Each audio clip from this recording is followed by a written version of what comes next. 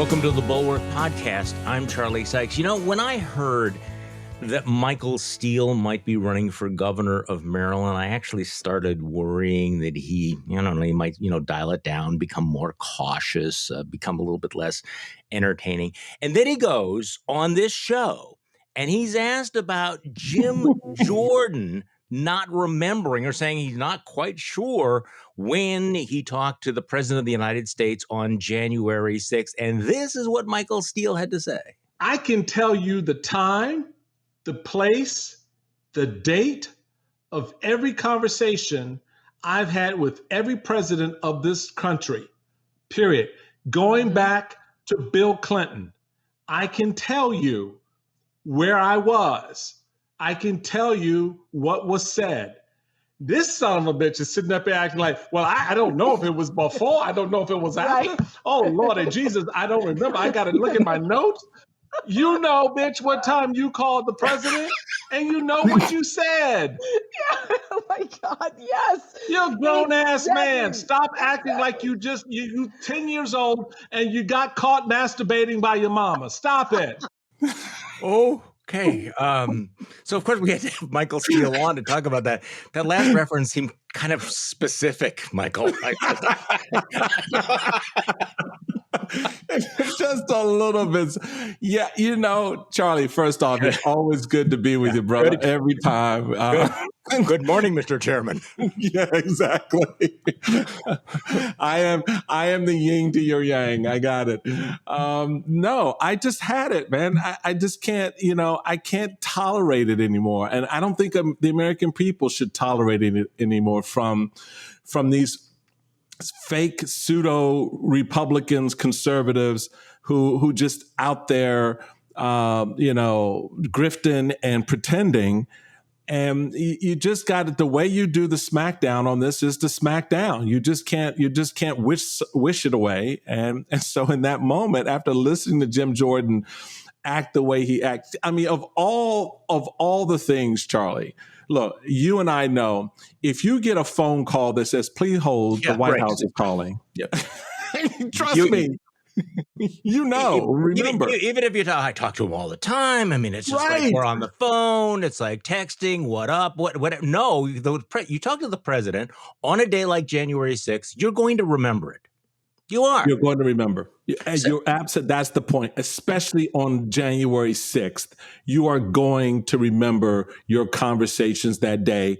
And they do, which is why he and others are now in panic, because with the January 6th commission in full swing, two very well-regarded Republicans now serving on that commission within Adam Kinzinger and Liz Cheney. Subpoenas are coming. They are. And phone records will be exposed and conversations will be asked about. And Jim Jordan and his ilk know that they are sitting literally on the tip of that political spear, and it doesn't feel good. You know what was interesting about the interview, and I didn't play a clip of it. He's talking with a local reporter, and he sort of stumbles. He's clearly not as fluent as he often is in the answering of the question, and it raised it was again it was like, well, blah blah blah. What he would be like as a witness? Do you think? We, of course, don't know. But if he is subpoenaed, do you think that Jim Jordan will show up? Because the reason I ask this is, knowing Jim Jordan's, penchant for, theater and circus and turning everything that he is into a circus, that he might relish the moment to testify and to show, what a superstar he is. On the other hand, Jim Jordan has never really been subjected to the kind of questioning he would get, including the fact that it would be under oath. So what do you think is going to happen? Perjury is a bitch. Yeah, it is. Yeah. So how do you avoid that? You don't show up. I suspect any former Trump official, certainly any member of the Freedom Caucus like Jim Jordan, Gosar, and others who may be subpoenaed will do their damnedest to resist and not show up. This is where the test for the Democrats will come almost immediately. If you do not have it in you to execute on your effort, then don't commit to the effort. In other words, don't issue a subpoena unless you plan to, don't plan to send out, officers to collect the individual that you have subpoenaed.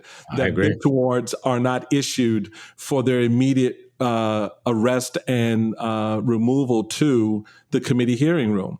If you're not prepared to do that, then Democrats need to stand down bloviating about, we have subpoena power.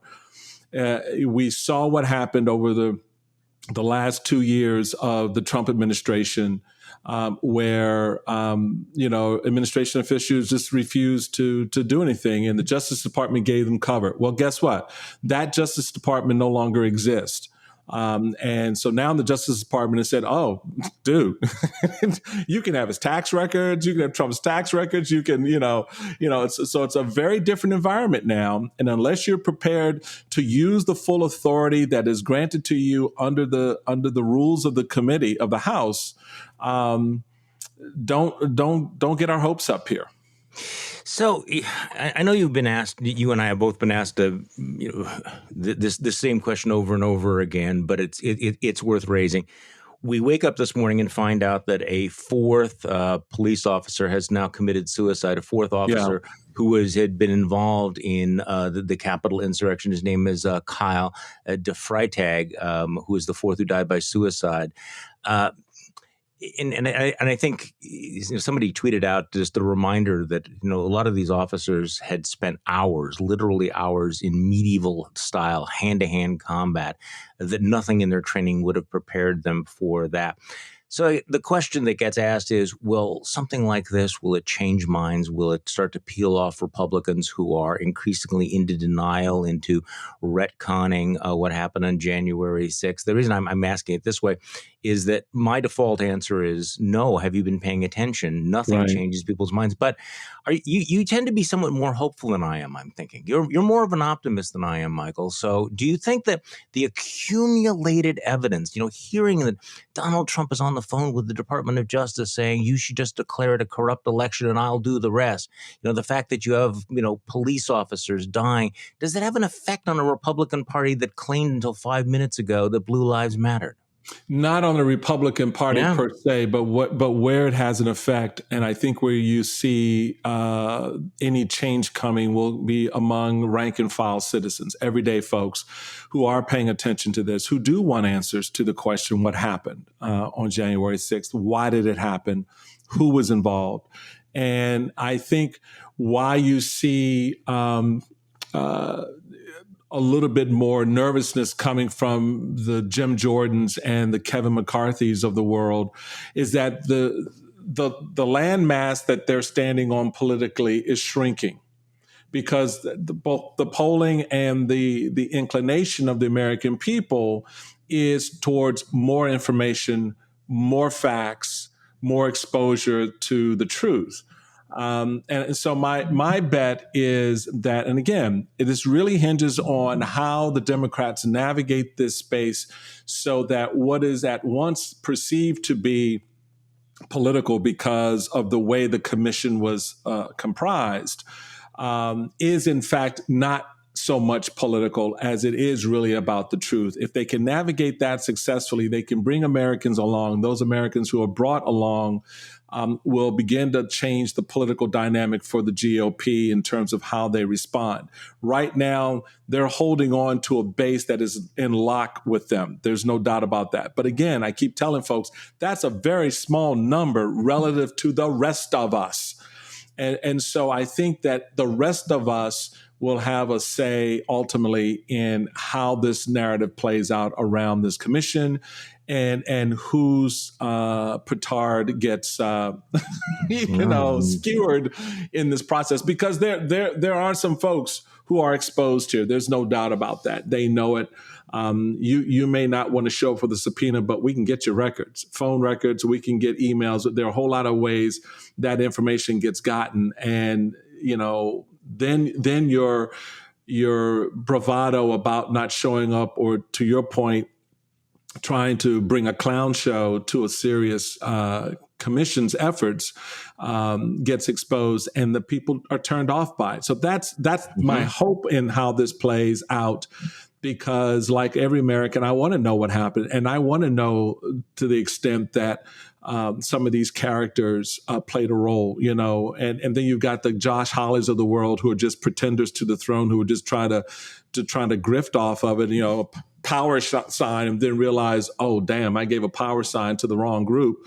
But the reality of it is there were actors who were much more heinous in their efforts and intent, and I think that at the end of the day is going to be a tough spot for Kevin McCarthy, the speaker wannabe. Yeah, it's beginning to occur to me and work with me on this, Michael, that that Kevin McCarthy may not actually be all that smart. I mean, really, I just like, wow. For me. Yeah. I was listening to the debate going back and forth about his stupid joke about hitting Nancy Pelosi with the mouse. It was always a joke, and it's like, okay, there's a pattern. Jokes about beating up a woman. Well, somebody who has no better material, and this is the problem with Kevin McCarthy. It keeps coming. There's a pattern and practice. Okay, now speaking of the internal dynamic in the Republican Party, I think what's happening in Arizona is increasingly interesting. The Arizona Republican Senate subpoenaing, pushing that bogus audit, bringing in the cyber ninjas. Some of those senators now have peeled off, don't want to be part of it. And then yesterday, the Republican-dominated Board of Supervisors in Maricopa County essentially told the Republican senators to go stuff it when they came up with another ridiculous subpoena. And this is, we read you from their letter. This is from the chairman of the Board of Supervisors, a Republican named Jack Sellers, who wrote, "It is now August of 2021. The election of November 2020 is over. If you haven't figured out that the election in Maricopa County was free, fair, and accurate yet, I'm not sure you will.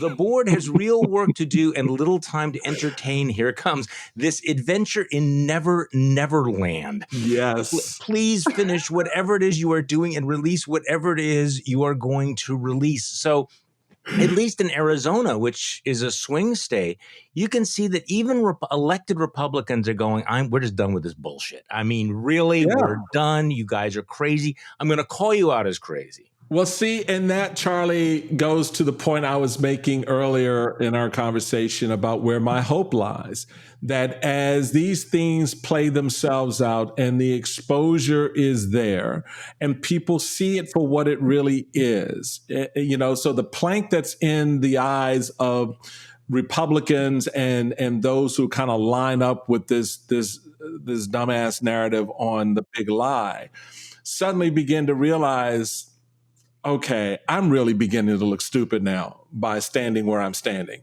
And so that's what that letter is saying. You've made fools of us. Okay, so just finish up what you're doing so we can all kind of get past this. And so that's, for me, is the sweet spot here, that at the end of all of this, people do know the difference between an election that was free, fair, and legitimate, and one that was not. And so when you cannot produce that evidence after 60 federal court tries, one Supreme Court try, and a Justice Department looking at it and going, there's no there, and now with an audit on top of all of that, at the end of the day, people aren't that stupid. I mean, they're just like, I'm sorry, I cannot stand with you on this any longer. So you're seeing these Republicans now peel off. They're looking at their own reelection if they're elected in an elected office, whether it's one of the election officials or some other position, and because they know the voters are going to hold somebody accountable. I mean, the state is now 9 million in the hole on all of this, and then you've got places in Georgia, like Georgia and Pennsylvania, looking to do the same thing. At some point, you're going to see that effort sort of fail on its own as well, because people aren't stupid. Well, some people are stupid, Yeah, and so well, this is the some people are, yes. this is the flip side because okay, so that letter came out saying, we're not going to do this Neverland stuff anymore. An elected a state senator in Arizona named Wendy Rogers, put out a series of tweets saying, I would have arrested all those people already if I have the power to do so. I vote to arrest and put them in solitary. And she's serious about the solitary thing. I would like to know if we have enough solitary confinement cells in Arizona available for the entire Maricopa Board of Supervisors and the execs at the fraud machine company, which I assume is the voting machine company. We are going to need a lot. So, okay, this is weapons grade nutbaggery, coming from these senators. But I just the extreme sort of tone. Lock them up. We've heard this before, right, Michael? I mean, Yeah. lock them up. But this weird, the extremism that's out there as well. And this No, woman it is is not. This woman is not backing off. She's not deleting her tweets. She's doubling down. She's tweeting out pictures of these elected Republican county supervisors behind behind bars and everything. I mean, so the crazy is loud down there as well. Right. And so here's the reality for someone like that. She's sitting in a position where she probably looks at her Senate district and says that she's safe, and she probably has a lot of people who are banging drums with her. Right. And that's so she feels protected in that sense. And this goes to a broader response that I think communities need to have, even though she may not represent you as a state senator. She does represent the state.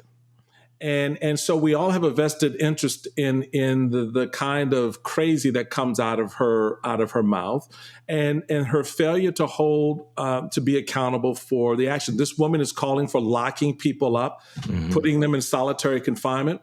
So I think the citizens of Maricopa County or even across the state have an interest in taking her down because she is not the kind of representative that the state needs. So there is that, and how that plays itself out remains to be seen. But the other side of it is what these idiots, and she is an idiot. She is the epitome of idiocy, because what she doesn't realize is that everything she's advocating for, at some point, that could come back to bite her. And let's say some rogue Democrats in the future, because everything's changing. The power that they have, the Republicans have in Maricopa County and Arizona, ain't lasting forever. I mean, the Democrats thought that was the case until it wasn't. They held the House for 40 years until Newt changed the game in '94 and opened up a whole different kind of Pandora's box, right? So the reality for these people is this stuff comes back. It comes back around. And when it does, what will you do then? Because everybody that you want looking for to help you, their ass has been locked up and put in solitary confinement already. So, it's just the way our politics is, and why our founders were so concerned about political parties, why they were so concerned about, whether or not we could keep this republic, was this idea that it can be easily corrupted. And once you open up that corruption, where the democracy doesn't matter anymore, only your personal interests, that's a slope we don't want to be on. And that's why voices like yours out there and others are just the clarion call to remind us to that. And I think it's important. And so, yeah, she may win this moment with her little tweet, but at the end of the day, she's not allowed to win the day. You hope not. I mean, one of the concerns that I have is these ideas that would have been unthinkable, yesterday, are now being normalized, and the sort of the temptation of authoritarianism is very, very real. And I wrote a piece today for my newsletter. It's on the Bulwark site. People hear me talk about this, you'll think I'm exaggerating until you read it. The sort of the passion for, we need to have a dictator. We have a publication called American Greatness, which is, uber Trumpy, that has a piece called the Salazar option, which is like, we should be more like Portugal. That's what would make America great. So that the fascist adjacent dictator of Portugal becomes the model. Michael Anton from Claremont Institute had a podcast where they talked about how we needed to have an American Caesar and how it would work. And then, Michael, I think the thing that alarms me the most, and I think is going to have the longest term implications, and it's really serious, is that Tucker Carlson right now is over in Hungary sucking up to the authoritarian strongman of Hungary, right-wing leader Viktor Orban, and talking about what's going on in Hungary. If people like Tucker Carlson and Fox News begin normalizing right-wing authoritarianism around the world, that does move the so-called Overton window of what is acceptable in our politics. And I do think we need to take that seriously. I know. I agree with you 100%. And, Tuckums, as our friend Joy Reid likes to call him, Tuckums is a big part of the problem. But Tuckums doesn't know hungry from being hungry.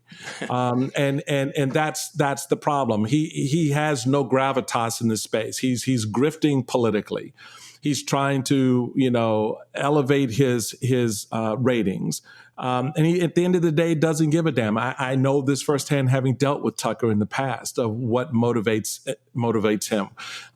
Some episodes when I was chairman of the RNC with such a numbnut. But you're right. It's dangerous. He is dangerous, and it is particularly dangerous when stupid people have power or perceived power.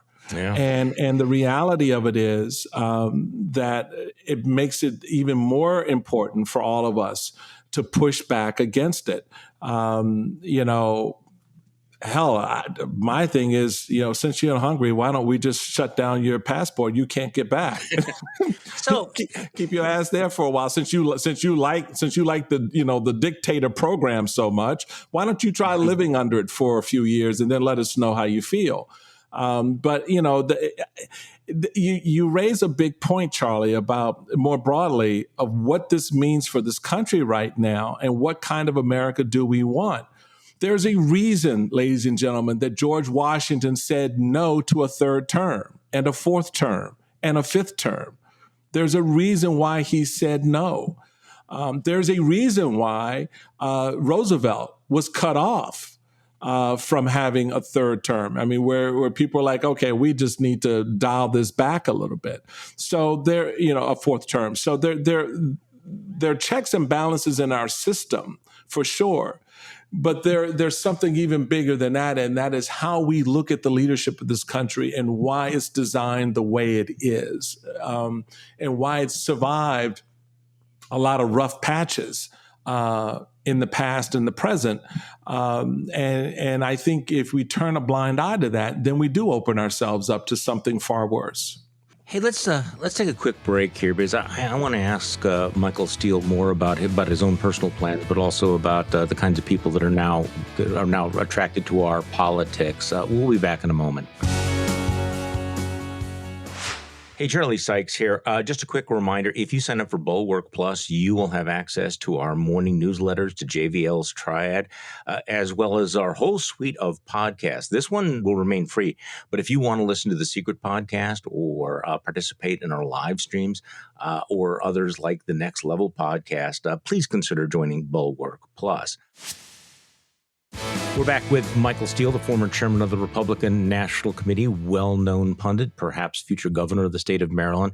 So, Michael, as I was sitting down, thinking about what I wanted to talk to you about this morning, I'm reading the stories about the chairman of the Oklahoma Republican Party, comparing vaccinations to, making Jews wear yellow stars during the Holocaust, reading Ron Johnson's latest bizarre maunderings, this story out of Arizona. And it raised the question, what sort of people are attracted to politics these days? And I don't just mean the elected officials. And I know that as a former chairman of the Republican National Committee, you know what I'm talking about. I'm talking about the activist base, the people that want to be on the central committees of the Oklahoma State Republican Party, the Arizona Republican Party. Who are these people? And is it changing, do you think? Because my sense is there's a class of super zealots who now are being drawn into party activist politics that's making everything we're talking about worse. It's accelerating it. Well, that class of superzealots have always been there, but the system had appropriate checks on them. There were others who served on those central committees, who served as national committee man and woman, chairman of the party, who were appropriate checks. There was an agreed upon ethos. There was an agreed upon view of what republicanism is, what conservatism is. You are more than familiar with all of that, like I am. So when you remove the check, which is basically what began even before I became national chairman with the Tea Party, this process had begun. Beneath the surface, there was this sort of hankering about not getting our way. Having this view of a changing America that was antithetical to the very idea of what America espoused to be. In other words, we are a pluralistic society. These people don't like pluralism. We are an open society. These people don't like openness. We have a Judeo-Christian ethic that recognizes that everybody gets to play. Everybody's religious belief, everybody's religious tenets are treated equally and have value. That's not something that they subscribe to. So you have this sort of beneath the surface has always been, and I say probably going back to the early 1960s, the late 1950s, in a reaction to some of these changes, brought home when Nixon decided, hey, I'll take all those white, angry Southern men who are pissed off at Johnson embracing civil rights, and we can win national elections with them.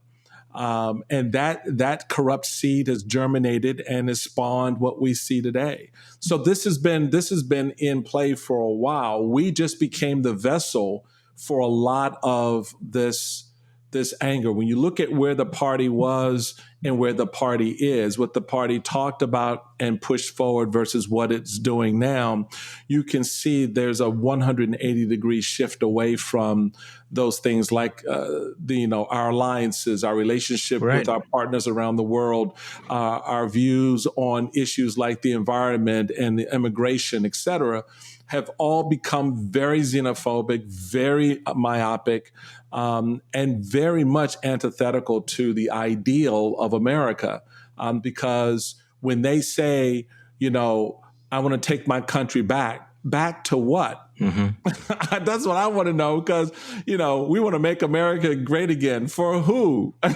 Because that gets to the kind of the heart of it, because I was sort of under the impression at one point, maybe a decade or so ago, that the Republican Party was headed in a very different direction than the one that it's taken, that it was going to come to grips with its, so we say, racially complicated. Yes. That it was going to turn against this, that it did understand that it had a lot of baggage from the 1960s, from the Southern strategy, and that there was a serious discussion among conservatives and among Republicans. Okay, how are we going to deal with racial problems? What are our ideas? What did we get wrong? What did we ignore? Right now, I have the feeling, and I'm interested to get your take on this, that whole discussion is shut down. I mean, I understand there's a lot of legitimate criticisms of critical race theory. I think there are people who are illiberal, who are intolerant, who are just way over the top. But it now seems as if it's become forbidden for conservatives, even like David French, to say, hey, listen, we actually do have some serious issues to deal with. How are we going to confront this legacy of racism, which is real? How are we going to think about American history, which is deep, which has deep roots of racial prejudice, et cetera, not just slavery? And it feels like we are back to the 1957 level of discussion on the right when it comes to race. And I know you've been very outspoken on this. Yeah, no, you've summed that up very expertly. And our friend David French, I read his stuff religiously. He's just so on point about the nexus between our faith and our politics and how that gets played out. And sort of this deconstruction of conservatism into something that is just unrecognizable today by any standard. And I think a lot of this has to do with the Republicans, as much as they like to go after Democrats and playing the victim card. Democrats always like to play up all these victims. We're looking at the victims running the asylum right now. We're looking at this sort of victim mentality where poor me, everything's set against me.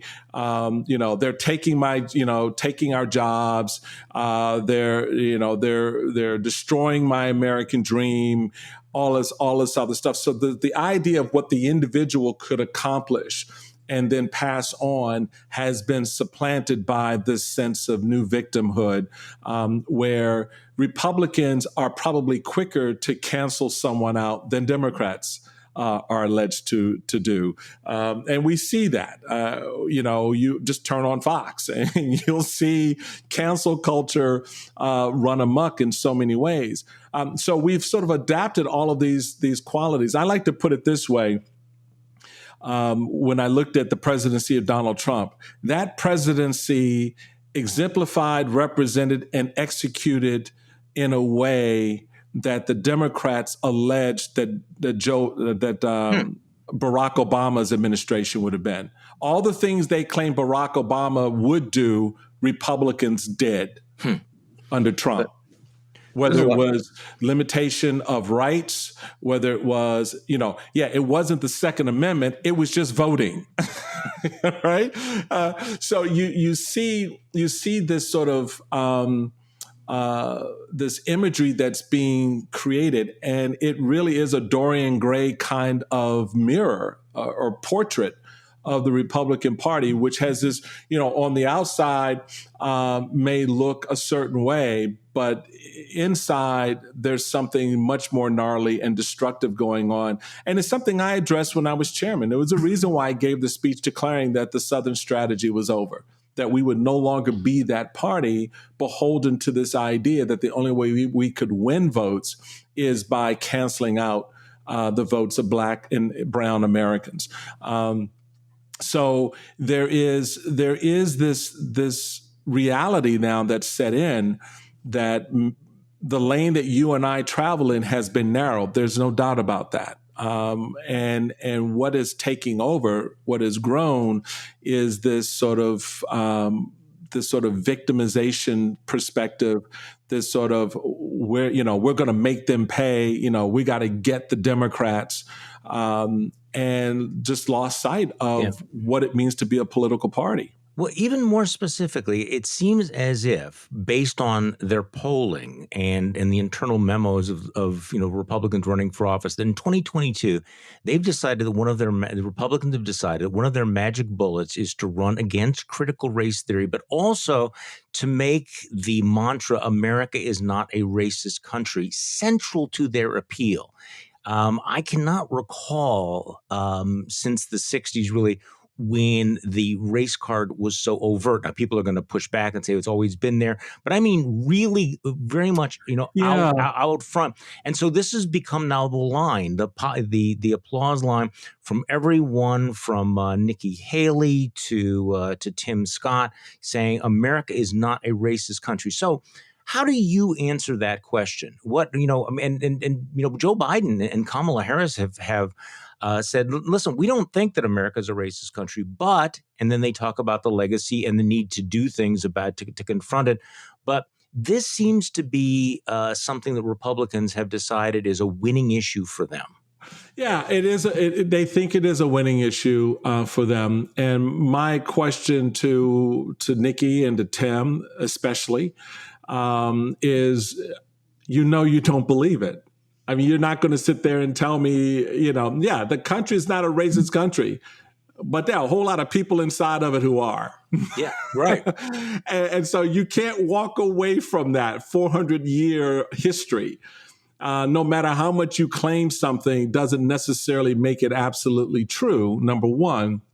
Number two, the people who are jawboning about critical race theory, honest to God, Charlie, they don't even know what the hell it is. No, they don't. I've gotten into discussions with people and I said, okay, well, tell me, what is critical race theory? And they hum. I was like, you don't even know what the hell you're talking about. I said, this has been around for over 40 years. This is a high level intellectual theoretical discussion in law schools and high-end grad schools. This is not something that your sixth grader is having put in front of them in a classroom, but yet they want to run around and act as if it is. And it's consistent with the Dr. Seuss theology. It's consistent with the, oh my God, if, when the government shows up and knocks on your door to ask if you've been vaccinated and would offer you the opportunity to get a vaccine, they're really there to take away your Bible.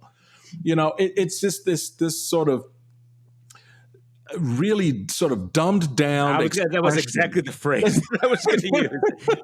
Word for word, Mr. Steele. Dumbed down expression because there is no there. You've got nothing else to say to the American people except that.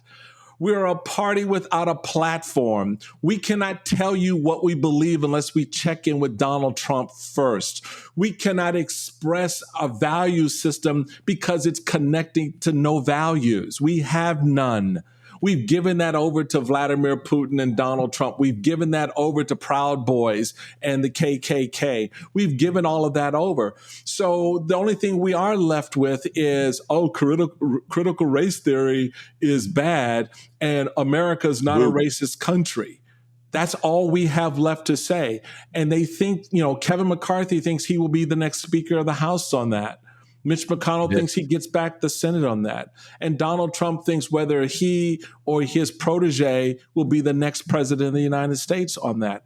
And I'd like to think, Charlie, that America is a little bit wiser than that, we're not going to fall into this race trap and sort of play this out this way where, like we saw in 2020, where Donald Trump goes, oh, guess what, white women in suburban America, they're coming for you. They're moving into your neighborhood. I'm like, dude, I already live in suburbia. What the hell? I think white folks know I'm here, right? I'm just not that I'm just showing up. I'm already here. We hang out at the Giant.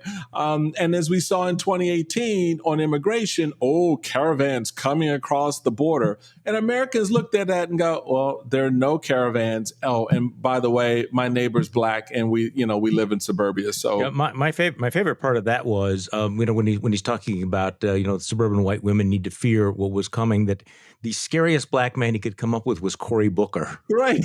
Who has the prettiest eyes? You look at Cory's eyes and go, oh yeah, this guy's not a threat. No, he's cool. He's good. Okay. Seriously?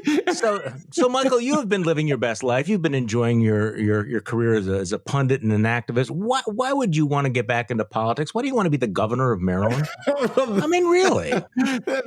I ask myself that question every day. Well, that's what this period is that I'm in right now.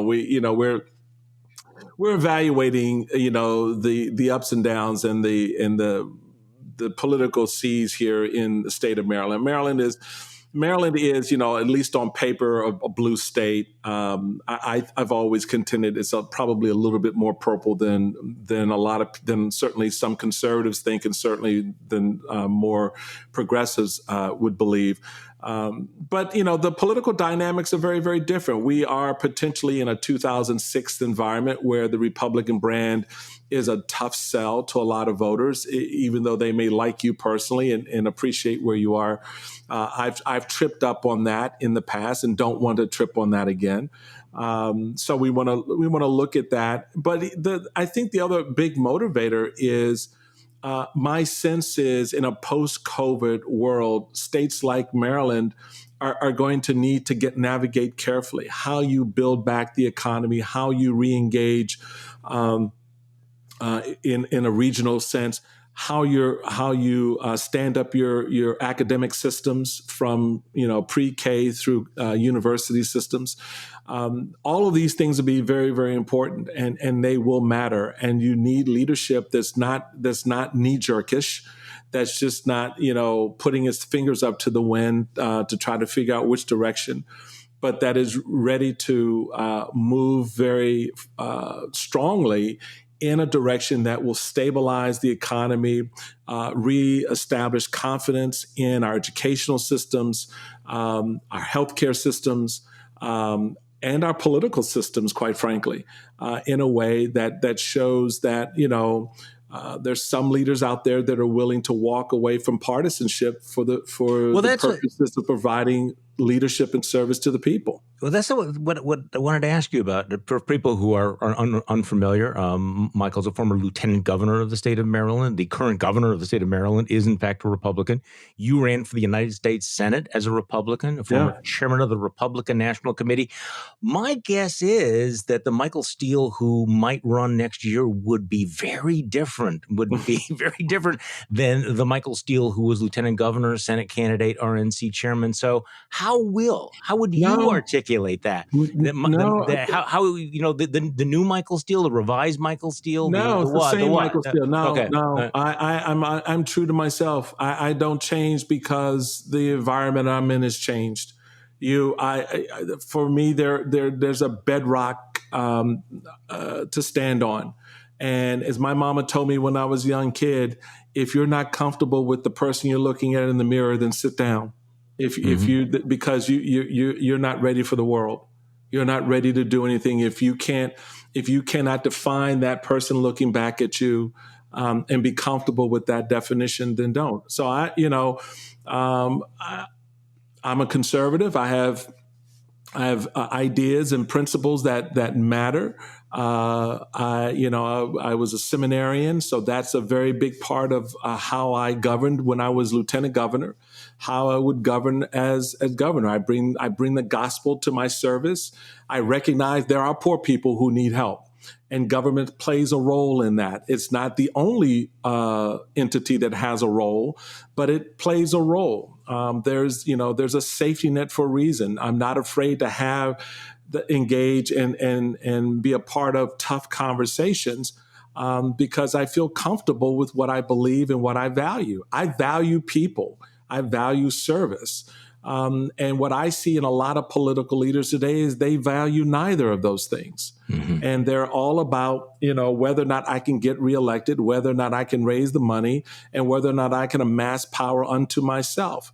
Those are the folks that should not be in public service. And my hope is that Marylanders, and in campaigns, like the one in Maryland around the country, that voters care and are concerned enough about the kind of leadership that they put in place that is going to be there to, not just say, oh, I'm going to fight for you, but is actually recognizing what that fight is about. And prepared to make tough decisions. So I don't intend to change. My friends would tell you if you met Michael Steele 10 years ago and had a conversation on issue X, you have that conversation today, you're pretty much going to get the same conversation. Yeah, there will be some, there are nuances, your eyes, you open, you learn a little bit more by listening and learning, and appreciating that, like all things, circumstances and situations change and you need to adapt to that. But the core has to be solid. The core has to be solid. You have to see leadership as a way to make good things happen for someone other than yourself. Well, Michael, just put on the flak jacket before you leave the house. That's all I can say. Oh, I do already. Tell me about it already. I mean, it's silly.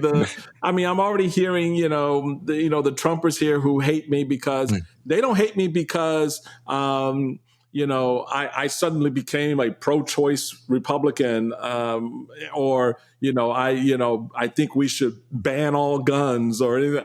Those aren't my views. I'm like Liz Cheney. Liz Cheney is one of the most conservative persons in Congress, and what is her sin? She stood up to Donald Trump. That's the only sin. That's her sin.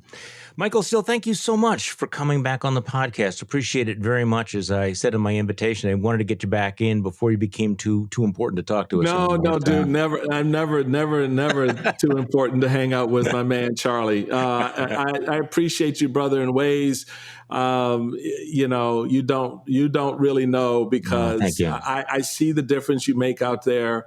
And it's not a lot of us that bang that drum to remind us, of the good that still can be done in this country, and having a rational discussion with patriots and pragmatists who are ready to stand with democracy. And you've been leading that charge. So anytime, I'm there.